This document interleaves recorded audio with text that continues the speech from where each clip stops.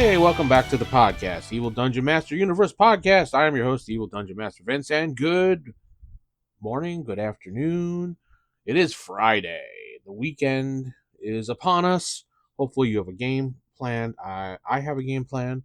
It's my Shadowrun Unisystem game with 3 or 4 players starting tomorrow, so that'll be a great time. Hopefully we will have a great time in that game. Anyway, theevildm.com is my website where you could sign up to get the various newsletters and post directly to your mailbox. So you don't even bother going to the site. It goes right to your mailbox. Pretty cool. Anyway, ask the DM at theevildm.com is my email address. Thank you for those that are downloading and rating and stuff like that. I appreciate all those people. And those people commenting on YouTube as well and thumbsing up the videos. Tonight is our live stream for members only on my YouTube channel, so you can join for 99 cents a month. You get a live stream every Friday unless, a holiday or some type of mishap happens, and then there's no live stream. But usually we have one on Friday nights.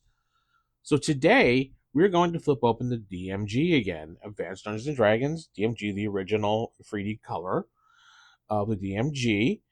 And have you ever wondered what makes a magic item truly powerful? Well, command words. That's what makes it really powerful. Command words are basically something that a magic user or anyone who has a magic item will have to say before activating the item.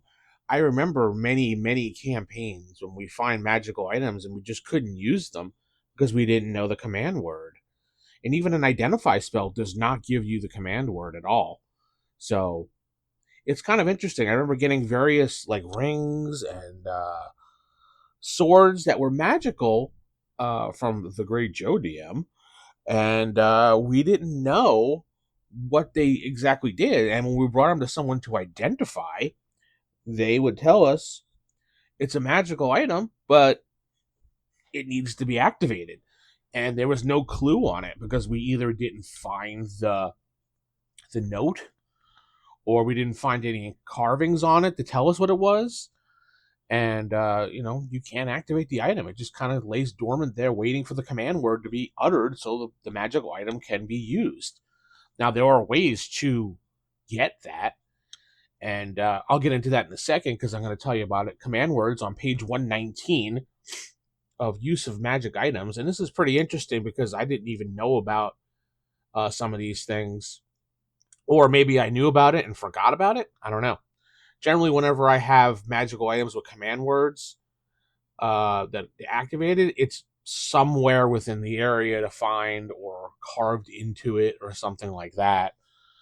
I remember that reminds me of one ring I found in a campaign I was playing early 2000s. It was D&D 3rd edition, but it doesn't really matter. The point was that I found a ring and it had the word Caracas in it. And this spawned a giant, reoccurring deity.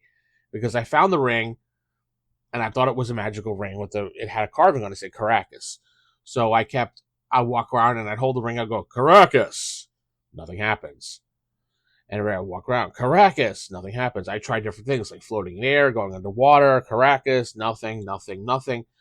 To the point that one time I was about to be destroyed in combat and killed. I whispered Caracas, and the DM decided, you know what, I'll give it a roll. He gave it a roll, and because of me constantly saying the word Caracas, I created a god. Or somehow. Or the god Caracas in this DM's world decided to acknowledge me. And granted me the ability to get out of the situation. He moved me away so I wouldn't die. And from then I was able to use the ring to communicate to this whatever person, deity, demon, whatever it was. And in future campaigns, he actually became a reoccurring quote-unquote deity that would help out the party whenever we got stuck. And we'd always joke around about Caracas, Caracas. So for a long time, it was Caracas, and then we found out that Caracas was like a brand of ham that sells in the deli. So that was also part of the joke. But anyway, Gary writes, in order to use a rod, staff, or wand, it usually necessary to know the proper command word. There are several possible ways to acquire this knowledge. If this item was in the possession of the opponent, it may be possible to learn the word or phrase directly by either noting what he or she is saying when using the item. Ooh, that's good. Or by causing the possessor to divulge the information through force or trickery. So tie him up, beat him down until he answers your question, or trick him into saying, oh, what was the name of your first puppy? Oh, it was Tom. Yes, I can get in your bank account. It is common for spell users to keep such information recorded among their hidden scrolls and spellbooks in case their memories should somehow become impaired or simply prove insufficient, and the words be forgotten. I don't know about that. Would you write that down as a magic user in your spellbook or hidden in your scrolls? I don't know. I mean, maybe in your spellbook because that never leaves your side. But honestly, I've never done any of those things as a magic user, written down command words. I just simply remembered it as a player. And I listed it on the character sheet, but I would guess listing it on the character sheet would be the equivalent of him writing it in his spellbook or something. Interesting. If none of these sources should fit the situation and the item was not found with the accompanying scroll explaining its use in history, it may be necessary to resort to informational spells such as contact other plane, legend lore, or speak with the dead.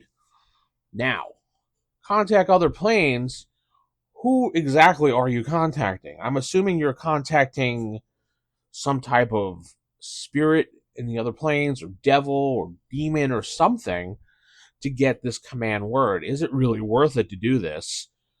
And Legend Lore might give you some information. Speak with Dead, yeah. Supposedly the dead always knows the answers to everything. But are they going to know the answer to this ring? I don't know. It's a good question here. But I would Speak with Dead. I mean, yeah, they usually portray Speak with Dead with the dead always knows the answers to everything. I'm just overthinking this situation because I find it interesting. I didn't even know or remember about these 3 situations you could do. So, would the dead, I guess that's up to the GM at the time to figure out what he wants to do. If you're going to go through all the trouble to speak with the dead, I'm thinking you're probably going to get the command word you want. But yeah, I would think you would have to speak with dead at the time where the body is and speak with that dead person from the other realm. And as far as contacting the other planes, I guess that's possible if you want to contact the other planes and ask what the command word is. It's kind of a really expensive way of doing it, but if it's a really good magic item, yeah, sure, why not?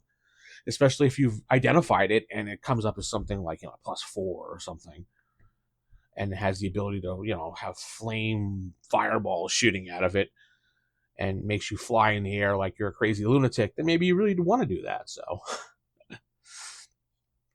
because figuring out command words are not easy, and a lot of times the command words are derived from like an ancient language, or maybe it's based on legendary heroes or something like that.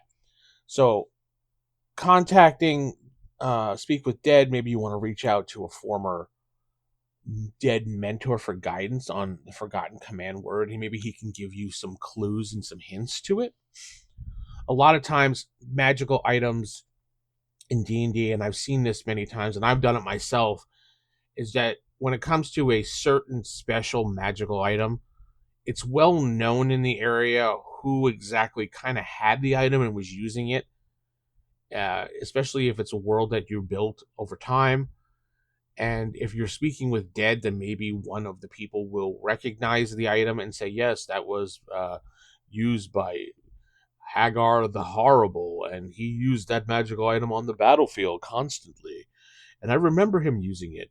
I suggest you contact his ancestors who live in this area. But then it comes to the dilemma of, are you going to return the item, or are you going to go there and try to beat the item information out of them? Now, you're good characters in a campaign. I would assume you would go there and attempt to procure the information as best as possible Now, if I was a good person in a campaign, and I'm not talking about lawful good, I'm just talking about somewhat good, I would probably go to the place and at night sneak in and look through stuff and try to find out if he maybe has it written down somewhere in one of his books or a scroll somewhere inside his house before any other methods. I mean, if it comes down to it, I would probably say I found the magical item and I want to keep it.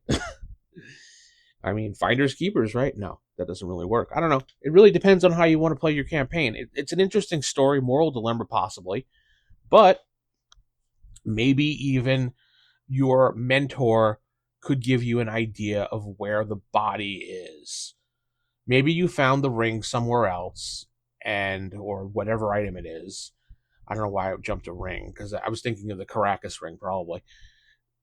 Maybe he'll give you an idea of where the body is, and when you go to seek out that body, maybe you will find something on him written that'll give you a clue. Maybe it could be some type of tattoo on him, a word or something, or maybe where his body is, there is a journal of some sorts that he wrote in, and maybe there's some words in there that you could find and try.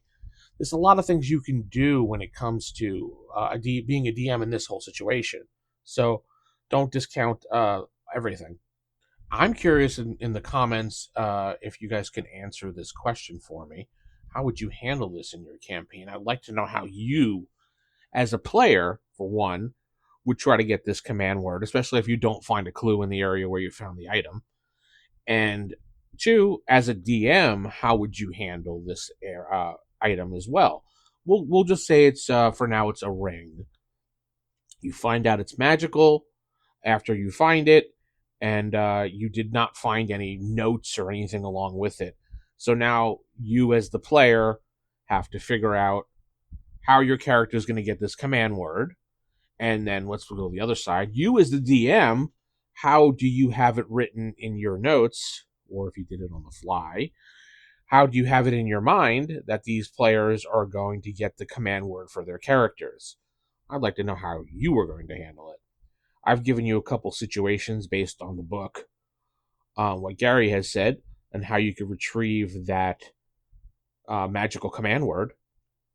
I always find these things fascinating when I find them and reread it. And rereading these books over and over again, yeah, you sometimes forget stuff. And then sometimes you just stop and go, whoa, all right, I forgot about this. Let's talk about it. So we're talking about it today. Tell me what you think. I really, really would love to know. Don't forget to check on Spotify for the polls. It's not that difficult to head over to the podcast and just hit the poll that's with it.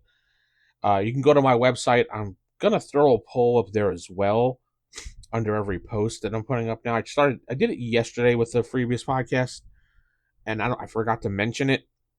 So I'm gonna start mentioning it going forward. I'm gonna put the same poll there as well. So you can just go right to the website and vote.